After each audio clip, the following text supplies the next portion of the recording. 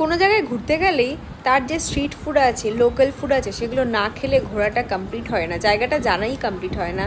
তো বিচ এরিয়ার কথা আর কি বলবো, বিচে তো এত সুন্দর সুন্দর খাওয়া পাওয়া যায়। আর পুরী তো অন্য রকমই একটা ইমোশন বাঙালিদের কাছে। অত সুন্দর একটা বিচ, সন্ধ্যেবেলা গিয়ে হাওয়া খেতে খেতে ওই ফুডগুলো খাওয়ার মজাই আলাদা। তো আমরা গিয়ে প্রথমে খেয়ে নিয়েছিলাম হচ্ছে কর্ন সেদ্ধ। কর্নটা সেদ্ধ করে এত সুন্দর করে মেখে দেয়, আমি তো রোজ খেয়েছিলাম এই জিনিসটা।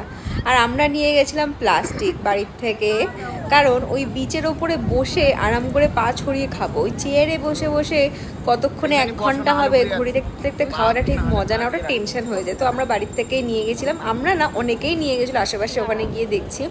তো ওই প্লাস্টিকের উপরে বসে বসে সুন্দর করে ঝালমুড়ি, সিঙ্গারা, মিষ্টি, আর ওখানে একটা খাবার আছে, মিষ্টি আছে মদনমোহন, বেশ ভালো খেতে। আমরা সবই খেয়েছিলাম বসে বসে। দেখতেই পাচ্ছ একের পর এক কিনেই যাচ্ছে আর খেয়েই যাচ্ছি। তবে হ্যাঁ, বিচে যে মাছগুলো পাওয়া যায় সেই গন্ধে আর খেতে পারিনি।